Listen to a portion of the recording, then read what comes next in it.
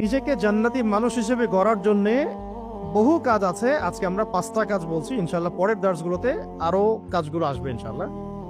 এই 5টা কাজকে আমরা ইহতেমাম করবো ইনশাল্লাহ। কি করব মানে কি, মানে যত্নশীল হব, যত্নের সাথে আদায় করব, মানে খুব কেয়ারফুল থাকবে 5টা কাজের বিষয়। ঠিক আছে, কোনো অবস্থায় যেন 5টা ছুটে না যায়, কোন অবস্থায় যেন এগুলো ছুটে না যায়। এটাকে বলা হয় শক্ত করে আঁকড়ে ধরার, যত্নশীল হওয়া। 1 নাম্বার হচ্ছে 5 ওয়াক্ত সালাত। 1 নাম্বার কি? 5 ওয়াক্ত সালাত। মিসাল দিচ্ছি এভাবে, রমাদান মাসে আমরা যেভাবে নামাজ পড়েছি এইভাবে পড়লেও হবে। রমাদান মাসে তো আমরা সবাই তারাবি, তাহাজ্জুদ, নফল, সুন্নত, জামাত সব পড়েছি না? সর্বোচ্চ চেষ্টা করেছি আমরা পড়ার জন্য। অনেকের অনেক সময় ছুটে যেতে পারে, সেটা আবার কাজা করেছে বা কোনোভাবে আদায় করেছে। তো সেক্ষেত্রে এই যে রমাদানের শিক্ষাটা, নামাজ কেন্দ্রিক শিক্ষাটা, এটাকে সারা বছর ধরে রাখা, সারা বছর না সারা জীবন ধরে রাখা। একজন ওলামায়ে কেরামদের একজন বলেছেন যে 40 দিন তাকবীরে উলা না, সারা জীবন তাকবীরে উলা ধরে রাখতে পারি, এরকম করে চিন্তা করা। নামাজের পাবন্দির জন্য মাঝে মাঝে ওমরাহ করা দরকার। ওখানে গেলে নামাজের পাবন্দি হয় এবং নামাজ উপলব্ধি করা যায়, অনুভব করা যায়, ফিল করা যায়। নামাজ তো আসছেই ওই বাইতুল্লাহ থেকে, মক্কা মদিনা থেকে আসে না? ওখানে গেলে নামাজকে ফিল করা যায়। এটা আসলে ভাষায় প্রকাশ করতে পারবো না। এটা আমি পরামর্শ দিলাম, যদি কারো সামর্থ্য থাকে এবং ইলমে, আমলে, দৃঢ়তায়, ধারাবাহিকতায় ঘাটতি দেখা যাচ্ছে, তাহলে ওমরা করে আসলে ভালো হয়। পুরো নিজের সব মানে ভিতরের যে হতাশাগুলো, অলসতাগুলো, গাফেলতিগুলো সব চলে যাবে ইনশাআল্লাহ। নিজেকে ফিল করা যায় যে খুব মুনাওয়ার মনে হচ্ছে, আলোকিত মনে হচ্ছে, গুনাহমুক্ত মনে হচ্ছে। ওখানে যে কাজগুলো আছে, কাজগুলো করতে থাকলে ইসলামের সব পিলারগুলোকে ধরে ফেলা সহজ হয়। যাদের সামর্থ্য হবে তারা অবশ্যই বারবার ওমরা করবেন ইনশাআল্লাহ, আল্লাহ তৌফিক দান করে। আর সালাতের পাবন্দি বলতে আমি কয়েকটা কথা বলবো। 1 নাম্বার হলো জামাতের পাবন্দি করা। 2 নাম্বার হচ্ছে 5 ওয়াক্ত সালাতের মধ্যে কত রাকাত? 17 রাকাত নামাজ। এই 17 রাকাত নামাজের সাথে অন্তত 12 রাকাত সুন্নত আদায় করা। কত রাকাত? এই 12 রাকাত সুন্নাত যে ব্যক্তি আদায় করে তার জন্য জান্নাতে একটা করে ঘর নির্মাণ করা হয়। প্রথমটা হচ্ছে ফজরের আগের 2, যেটাকে এক পাল্লায় রাখলে এবং দুনিয়ার মধ্যে যা কিছু আছে এটাকে আরেক পাল্লায় রাখলে ওই 2 রাকাত সুন্নত ভারী হবে। জোহরের আগে 4, পরে 2, মাগরিবের পরে 2, এশার পরে 2, এই 12 রাকাত সুন্নাহ প্রতিদিন আদায় করা। যে ব্যক্তি আদায় করে তার জন্য তাকে জান্নাতে একটা ঘর দেওয়া হবে ইনশাআল্লাহ। এর সাথে সালাতের পাবন্দি বলতে তাহিয়াতুল ওযু হতে পারে। তাহিয়াতুল ওযু মানে ওযু করে এসে 2 রাকাত নামাজ পড়া, তাহিয়াতুল ওযু হয়ে গেল। যখন কোনো গুনাহ হয়ে গেছে 2 রাকাত নামাজ পড়া তওবার নিয়াতে। কোনো গুনাহ হয়ে গেছে বা ভুল হয়ে গেছে, ওযু করে 2 রাকাত নামাজ পড়া তওবার নিয়াতে। কোনো প্রয়োজন দেখা দিয়েছে বা কোনো সমস্যা, কোনো সংকট, ওযু করে এসে 2 রাকাত সালাতুল হাজত। এরপর যে কোনো সূরা দিয়ে পড়া যায়। তো একটা কিতাবে পেলাম যে প্রথম রাকাতে সূরা ফাতিহার সাথে সূরা কাফিরুন, দ্বিতীয় রাকাতে সূরা ফাতিহার সাথে সূরা ইখলাস। ইনশাআল্লাহ এগুলো পরীক্ষিত আমল আছে কিছু। অনেক বড় বড় বুজুর্গ চলে গেছেন দুনিয়া থেকে, তাদের অনেক পরীক্ষিত আমল আছে। এগুলো বেদাত না, কিন্তু বলে বসে এটা বেদাত। পান থেকে চুন খসলেই তো এখন শিরিক, বেদাত, হারাম। এই যে এগুলো প্রান্তিক চিন্তাটা থেকে বের হয়ে আসবেন। ওলামায়ে কেরামদের সোহবতে আসলে প্রান্তিক চিন্তাটা থেকে মানুষ বের হয়ে আসতে পারে এবং চিন্তাটা প্রশস্ত হয়, ব্যালেন্সড হয়। হ্যাঁ, তো প্রথম রাকাতে আপনি সূরা কাফিরুন যে কোনো সূরাই পড়তে পারেন। আমি বললাম যে অনেক বুজুর্গদের পরীক্ষিত কিছু আমল আছে। প্রথম রাকাতে সূরা ফাতিহার সাথে সূরা কাফিরুন, দ্বিতীয় রাকাতে সূরা ফাতিহার সাথে সূরা ইখলাস পড়ে তারা দোয়া করেছেন, কাজ হয়ে গেছে। অনেকে প্রথম রাকাতে সূরা ফালাক পড়েছেন, দ্বিতীয় রাকাতে সূরা নাস পড়েছেন, হয়ে গেছে। এরকম অনেক আমল আছে মানুষের যেগুলো ফল পাওয়া গেছে। ইতিপূর্বে বহু বড় বড় ওলামায়ে কেরাম, আকাবিরগণ, আসলাফগণ চলে গেছেন, তারা এগুলো থেকে ফায়দা পেয়েছেন, তাই তাদের কিতাবাতিতে লিখেছেন। সেগুলো আমল করতে কোনো অসুবিধা নাই। তো এটা হলো সালাতুল হাজত, সালাতুল হাজত। আর তাহিয়াতুল ওযু মানে ওযু করে এসে 2 রাকাত নামাজ পড়া। বেলাল রাদিয়াল্লাহু আনহুর খাস আমল, খুসুসি আমল, যার ফলশ্রুতিতে তাকে নবী সাল্লাল্লাহু আলাইহি ওয়াসাল্লাম বলেছিলেন কি, জান্নাতে যখনই আমি যাই তোমার পায়ের আওয়াজ শুনতে পাই।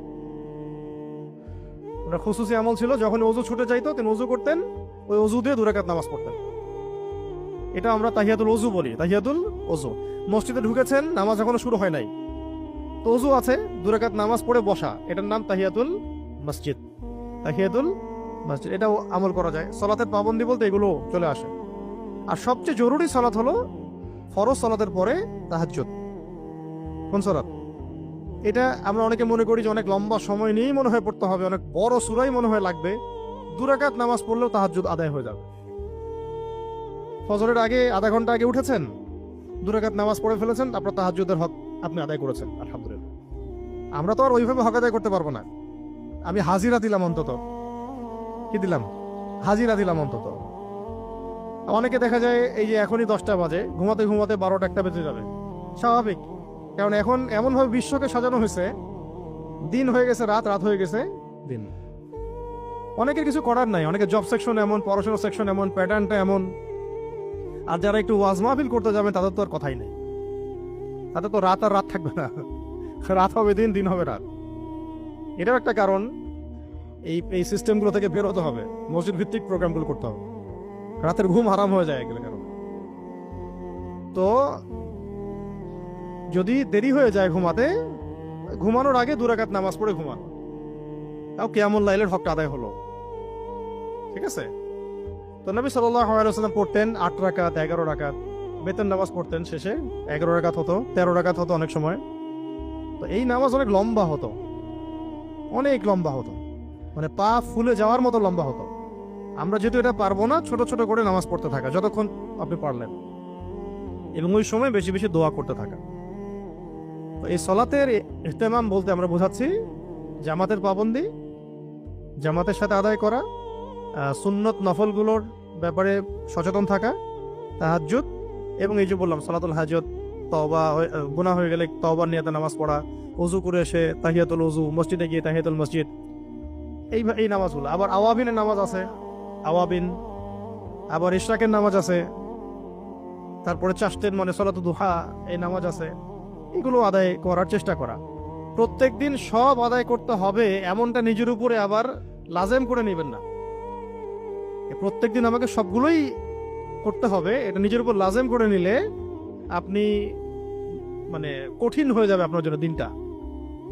দিন ইসলামটা আপনার কাছে কঠিন মনে হবে কয়েকদিন পরে। আপনার কাছে প্রথম কয়েকদিন হয়তো ভালো লাগবে যে হ্যাঁ ভালো আমল হচ্ছে, ভালো লাগছে। হঠাৎ করে 2 দিন 3 দিন নাই, মনটাও মানে খারাপ হয়ে যাবে, একটু হতাশ হয়ে পড়বেন, যেমন আজকে আমল সব আমল ছুটে গেল।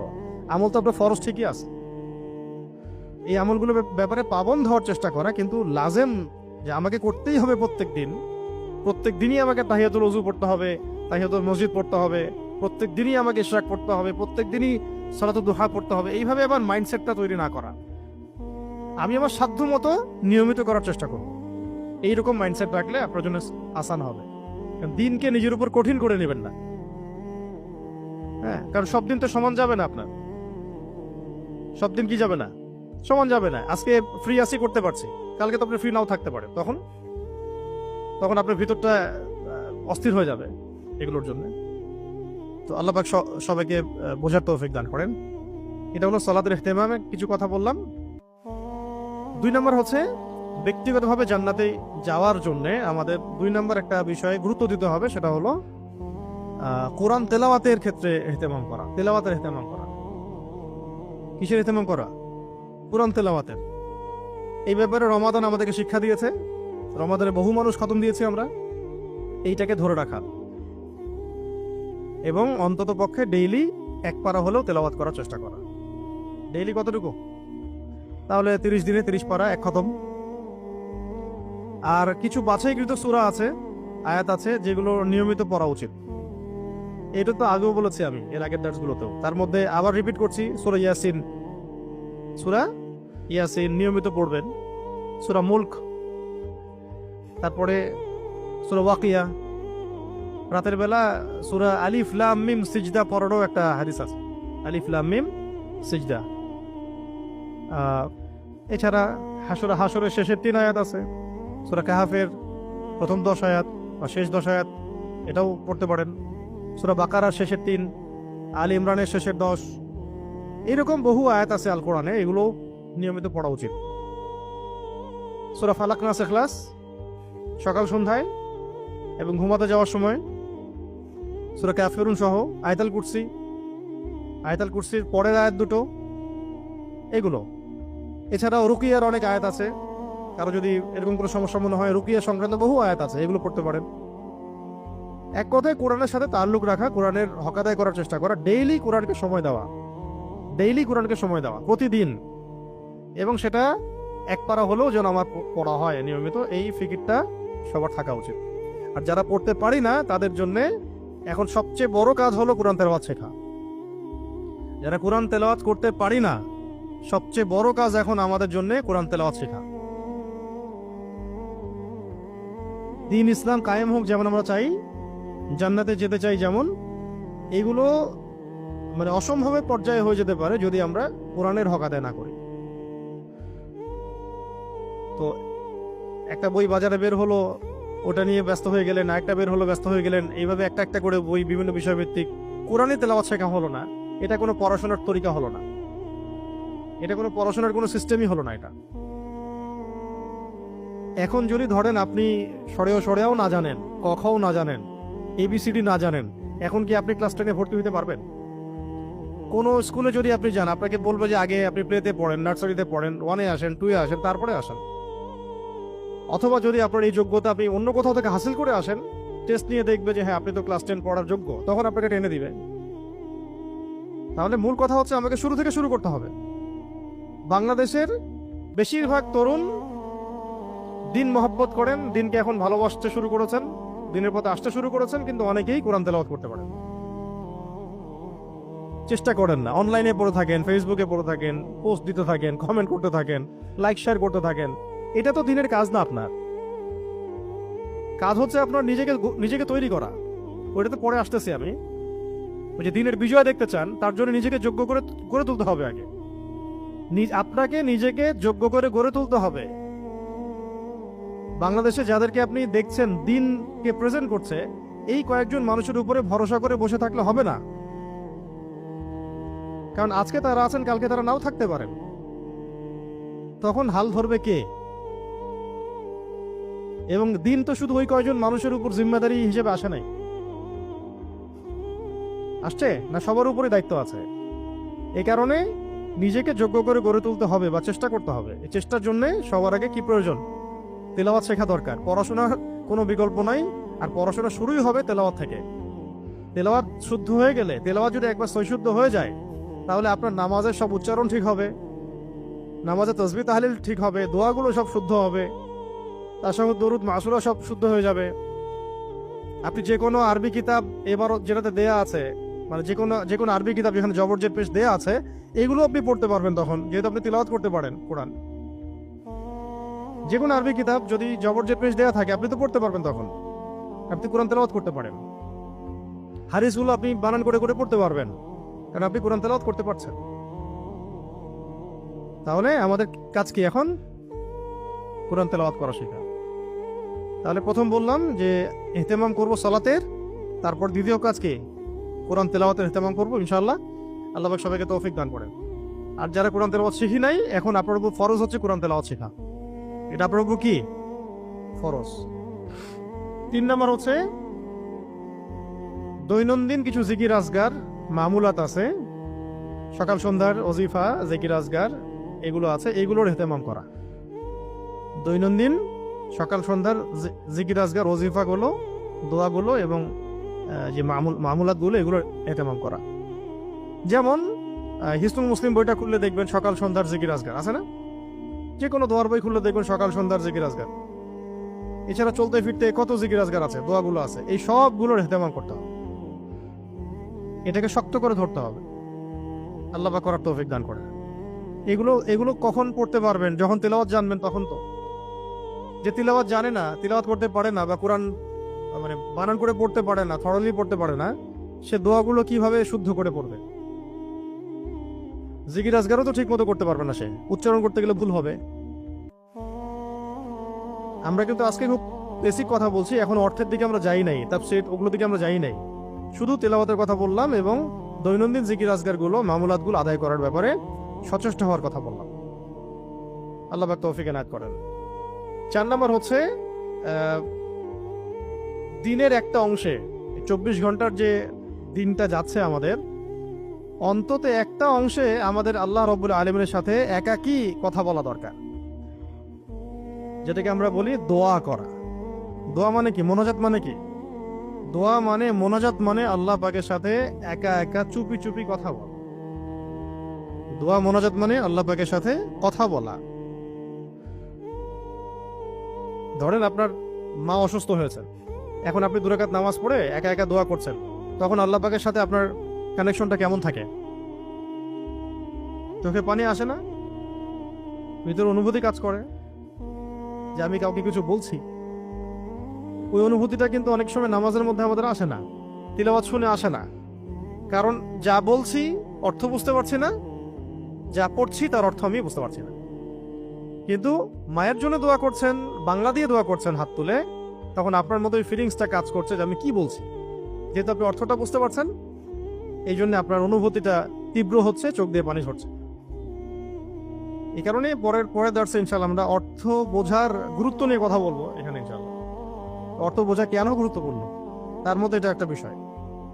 তো দোয়ার বিষয়টা যেটা বলছিলাম, যে দিনের একটা অংশে, অন্তত একটা অংশে হোক, তাহাজ্জুদের সময় হোক, ফজরের পরে হোক, যে কোনো একটা সময় আল্লাহ পাকের সাথে একটু গভীর মোনাজাতে লিপ্ত হওয়া দরকার, যাতে চোখে পানি আসে। দিনে অন্তত একবার চোখে পানি আসা উচিত। এবং এই দোয়া সংক্রান্ত অনেক কিতাব আছে, তার মধ্যে একটা খুবই গুরুত্বপূর্ণ কিতাব হলো মুনাজাতে মাকবুল। মুনাজাতে মাকবুল, এই বইটা সবার বাসায় থাকা চাই। এখানে যে দোয়াগুলো আছে এত চমৎকার, এত সুন্দর, কেউ যদি অর্থ বুঝে এবং দিল থেকে এগুলো পড়তে পারে, ইনশাআল্লাহ তার দুনিয়া আখিরাতের জন্য আর কিছু চাওয়া বাকি থাকবে না ইনশাআল্লাহ। এত সুন্দর বই মুনাজাতে মাকবুল, আশরাফ আলী থানভী রহমতুল্লাহ আলাইহি লিখেছেন আর সংকলন করেছেন। তো দোয়ার ইহতিমাম করা। এছাড়া যদি আপনি চান যে আমি অনেক আরবি দোয়া জানি না, যেগুলো জানেন সেগুলোই করবেন, আর নির্দিষ্ট একটা সময় আপনি ফিক্স করে নেন, বসেন, যখন আপনি ফারেক আছেন, যে কোনো একটা নামাজের পরে হতে পারে, ফজরের পরে হতে পারে, তাহাজ্জুদে হতে পারে, ঘুমানোর আগে হতে পারে, বাংলা দিয়ে আল্লাহ পাকের কাছে দোয়া করবেন যে কি আপনি চান, কি আপনি চান না, কি আপনার সমস্যা, কি আমার সমস্যা, হ্যাঁ, কি আমার পেরেশানি, সবকিছু আল্লাহ পাকের সাথে শেয়ার করা, সব কানেকশন উপরে। এটা হলো দোয়ার ইহতিমাম করা। আর এটা আমাদের জন্য খুব বেশি দরকার, কারণ আমরা দিনকে রিপ্রেজেন্ট করতে চাই এবং দিন প্রতিষ্ঠিত হোক, এটা আমরা চাই। এই কারণে দোয়া ছাড়া আমাদের কিন্তু কোনো অস্ত্র নাই। আমাদের কাছে অস্ত্রটা কি এখন? দোয়াই। আর 5 নাম্বার হলো মুহাসাবা। 5 নাম্বার কি?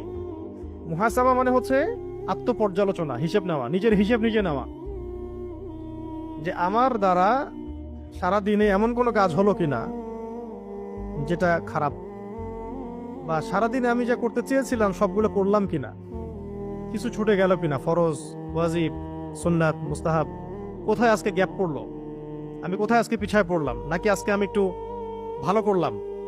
যদি পিছায় পড়ি আস্তাগফিরুল্লাহ, যদি পিছায় পড়ি তাহলে ইস্তিগফার, আস্তাগফিরুল্লাহ, এবং আবার নতুন উদ্যমে পরের দিন থেকে শুরু করা। যদি পিছায় পড়ি, মনে হয় যে আজকে একটু আমার মনে কমে গেল আমল, তাহলে ইস্তেগফার পড়ে, ইস্তেগফার তওবা করে পরের দিন থেকে আবার নতুন উদ্যমে শুরু করা।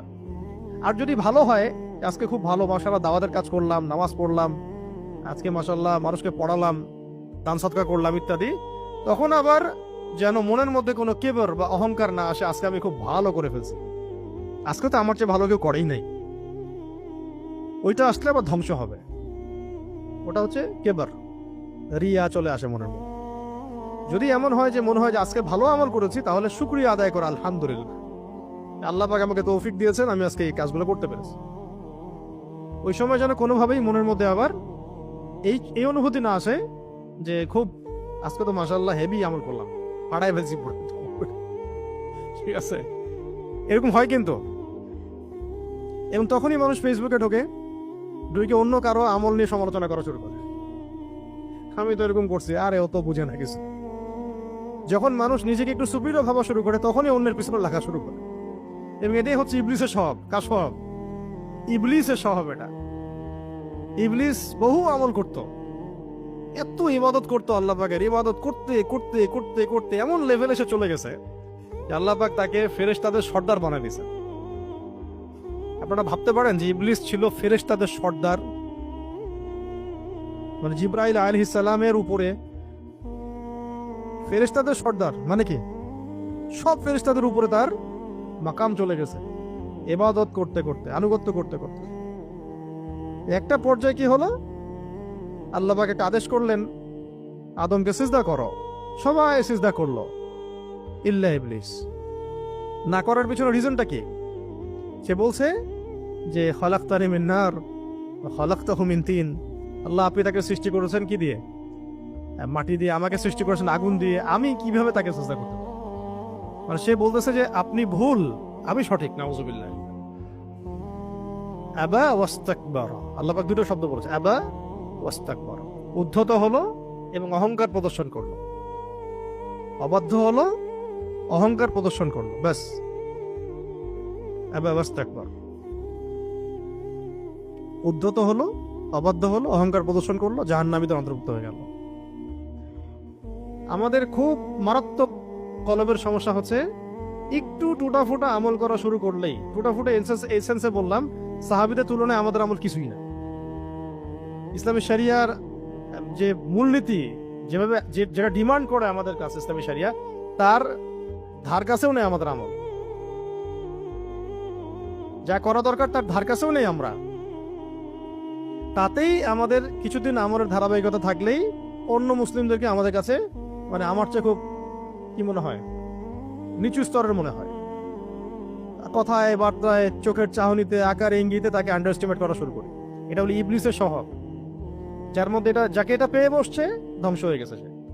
কিন্তু সে এমন ভাবে ধ্বংস হচ্ছে, তার ধ্বংসটা সে নিজে বুঝতেও পারছে না যে সে ধ্বংস হচ্ছে।